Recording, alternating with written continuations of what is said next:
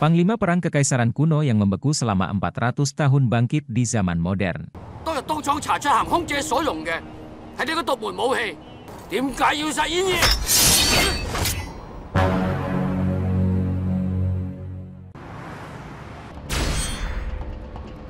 Film dimulai di negara Hong Kong.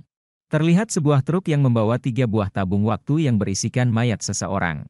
Namun truk tersebut mengalami kerusakan mesin sehingga terjadi kecelakaan yang menyebabkan mobil jatuh dari jembatan menimpa rumah dan menghancurkannya.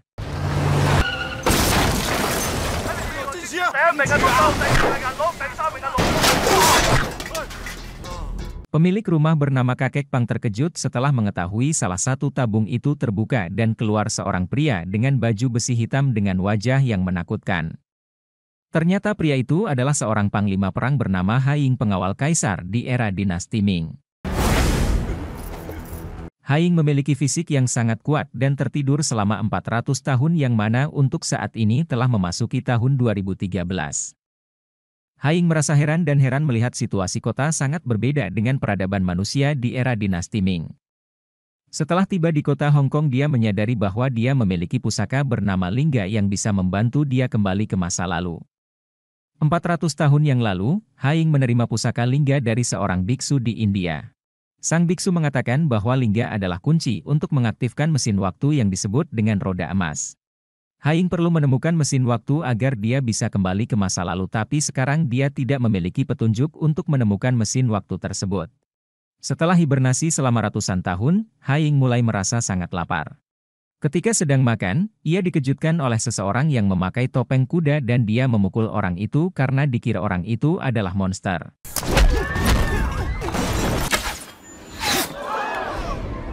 Dalam kejadian itu, Haiying bertemu dengan seorang wanita bernama Xiaomai dan memanggilnya pengawal kerajaan yang membuatnya Haiying bahagia. Haiying memutuskan untuk bergabung dengan Xiaomai yang sedang mengadakan pesta dengan teman-teman wanitanya. Di tengah pesta, Haiying mendengar seorang pria mengatakan bahwa era dinasti Ming telah jatuh dan kata-kata itu membuatnya sangat sedih.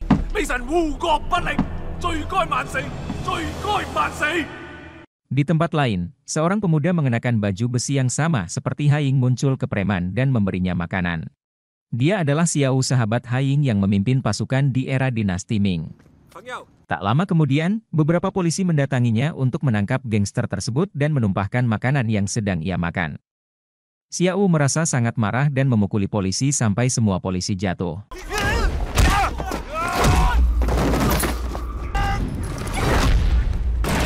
Dalam kejadian itu datanglah seorang bernama Niehu yang merupakan teman dekat Xiao. Niehu memberitahu Xiao bahwa dia akan menggunakan senjata itu untuk membunuh Haiying yang telah berkhianat.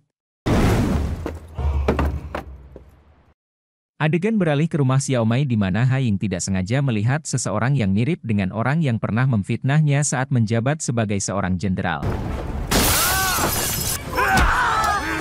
Ternyata orang tersebut adalah teman Xiaomai yang bernama Slender.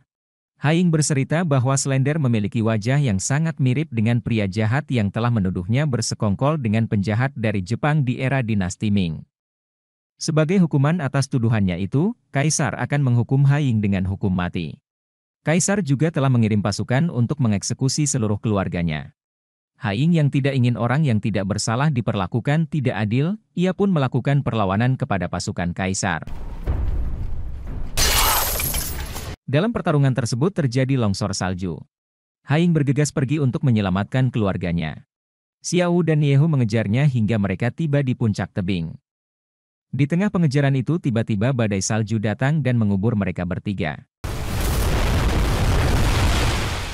Kembali ke rumah Xiaomai di mana Haiying meminta maaf kepada Slender karena sudah salah. Saat Haiying sedang berjalan di pusat kota, ia memutuskan untuk mengubah penampilannya agar tidak terlalu menonjol. Di sisi lain, komisaris polisi bernama Chong sedang bertemu dengan Tuan Tong, seorang pengusaha yang menyewa jasa keamanan dari komisaris Chong. Tuan Tong mendiskusikan tentang mobil box yang membawa 3 tabung misterius mengalami kecelakaan. Tiba-tiba Chong memarahi Tuan Tong karena mempekerjakan seorang pengemudi yang tidak kompeten. Komisaris Chong tidak ingin ada orang lain mengetahui rahasia tentang 3 panglima perang itu, jadi dia memaksa Tuan Tong untuk membunuh pengemudi tersebut. Di sisi lain, Xiao dan Yehu bergabung dengan sekelompok preman yang mereka selamatkan dari kejaran polisi tempo hari. Xiao menggambar sketsa wajah Haiying dan meminta bantuan mereka untuk membantu menemukannya. Kembali ke Haiying, dia meminta bantuan Xiao Mai dan Slender untuk mencari informasi di internet tentang keadaan desa Taoyuan, di mana desa tersebut merupakan tempat tinggal Haiying dan keluarganya selama dinasti Ming. Dia ingin mencari tahu apakah keluarganya benar-benar dieksekusi oleh pengadilan kerajaan, namun setelah mencari di berbagai sumber di internet, mereka malah menemukan informasi bahwa Haiying adalah seorang pengkhianat yang telah bersekongkol dengan penjahat Jepang. Keesokan harinya, Haiying menemani Xiao Mai ke panti jompo untuk mengunjungi ibunya yang lumpuh dan tidak dapat berbicara. Saat Haiying melihat kondisi ibu Xiao Mai, ia menekan beberapa saraf di tubuh ibu Xiao Mai sehingga kelumpuhan yang dideritanya sembuh dan bisa berbicara lagi. Melihat ibunya yang telah pulih dari kelumpuhan dan bisa berbicara lagi, Xiao Mai sangat senang dan berterima kasih pada Haiying. Di tempat lain, Komisaris Chong mengundang kakek Pang makan siang. Tujuan Chong bertemu dengannya adalah untuk memberinya suap agar dia tidak membocorkan semua peristiwa yang dia saksikan pada malam kecelakaan tempo hari. Chong memerintahkan agar kakek Pang menghubunginya jika ia melihat keberadaan 3 panglima perang tersebut. Keesokan harinya, Chong dan anak buahnya pergi ke pusat reserse kriminal Polri. Dia memerintahkan anak buahnya untuk mengidentifikasi wajah-wajah dari 3 panglima perang di era dinasti Ming. Pada saat yang sama, Haiying pergi ke rumah kakek Pang, namun kamera pengintai mengidentifikasi wajahnya. Ketika Haiying tiba di rumah kakek Pang untuk menanyakan sesuatu, pasukan bersenjata berkumpul di sekitar rumah kakek Pang melakukan pengepungan. Dengan keahlian kungfu yang ia miliki, Haiying berhasil melarikan diri dari tempat tersebut.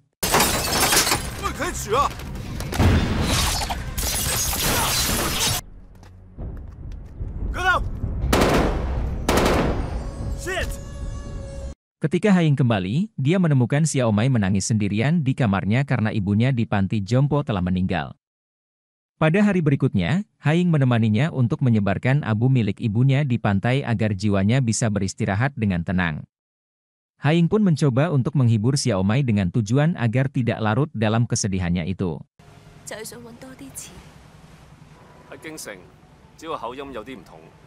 Keesokan harinya Haiying pergi menemui Tuan Tong untuk mendapatkan lebih banyak informasi tentang tabung waktu, namun kamera pengawas mengidentifikasi Haiying dan pasukan polisi dikirim untuk menangkapnya. Haiying menemukan cara untuk mengelabui identifikasi kamera pengawas dengan mengubah wajahnya dengan jarum akupunktur dan memakai seragam polisi sehingga polisi tidak mengenalinya. Haiying berhasil masuk ke kamar tempat Tuan Tong dan menginterogasinya bagaimana dirinya bisa berada di negara tersebut. Karena Tuan Tong tidak memberikan informasi apapun, Haiying mematahkan kaki dan tangannya sebagai hukuman.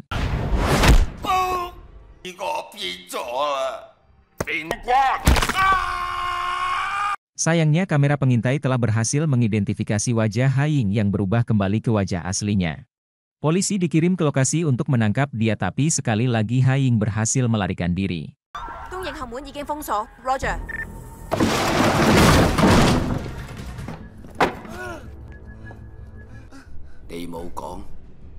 Malam itu Xiao terlihat pergi ke klub malam tempat Xiao Mai sering datang. Xiao menunjukkan kepadanya sebuah sketsa wajah yang telah dia gambar sebelumnya, namun Xiao Mai mengatakan dia tidak mengenalnya. Sayangnya sebuah panggilan telepon miliknya membuktikan bahwa Xiao Mai memang mengenali Haiying. Xiao yang sangat marah dirinya telah dibohongi.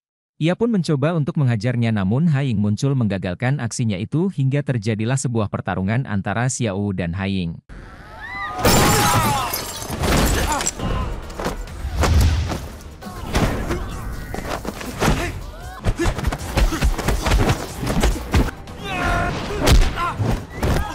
Saat Haiying dan Xiao Mai berusaha melarikan diri dari tempat itu, Niehu tiba-tiba muncul dari arah lain dan menembakkan peluru ke Haiying. Mereka pun melompat keluar jendela, namun Haiying jatuh pingsan. Xiaomai harus menghadapi Niehu sendirian, namun untuk saat ini Xiaomai berhasil menyelamatkannya sekaligus membawa Haing ke rumah sakit untuk pengobatan. Dokter yang merawat Haing bingung dengan struktur darahnya yang sangat berbeda dari manusia biasa. Niehu yang juga ke rumah sakit yang sama menunjukkan keanehan struktur darah seperti Haing. Setelah polisi mengetahui bahwa Haing dan Niehu di rumah sakit, mereka bergegas pergi untuk menangkapnya. Saat petugas polisi tiba di rumah sakit, mereka menangkap Niehu yang dikira Haing. Namun ketika petugas polisi berencana untuk membawa Niehu ke kantor polisi, Xiao menyelamatkannya dari tempat itu. Saat Haing mendapatkan kesadarannya kembali, dia menyadari pusaka lingganya telah diambil oleh petugas polisi. Haing pun menggunakan sepeda motor untuk mengejarnya. Xiao dan Niehu yang melihat kejadian itu bergegas mengikuti menggunakan mobil. Saat anak buah Chong menyadari bahwa Haing sedang mengejarnya, mereka mencoba memblokir jalan dengan membuat macet.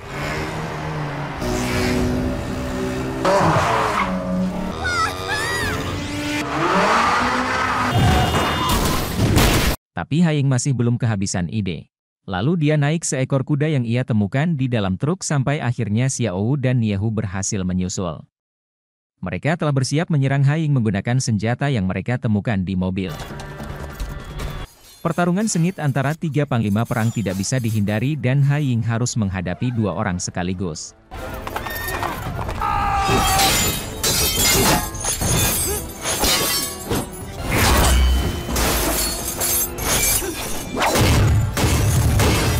Di tengah pertarungan, Komisaris Chong tiba dengan menggunakan helikopter dan menembak tubuh Haing dengan bius.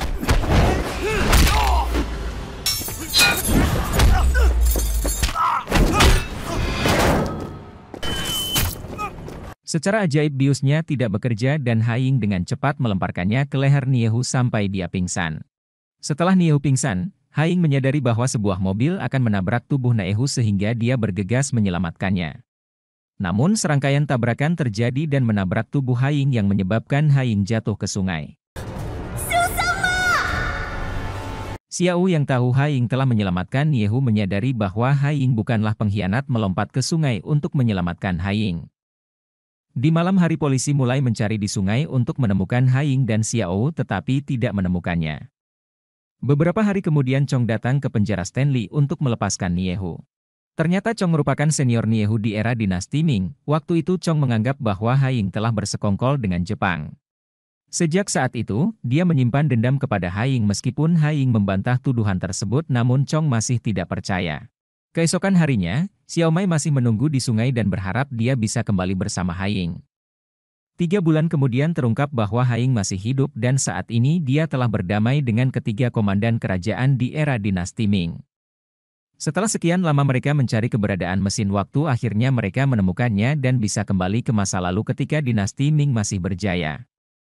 Apakah Haing dan ketiga panglima perang lainnya bisa menghentikan pembantaian penduduk desa Taoyuan? Kita saksikan di film selanjutnya.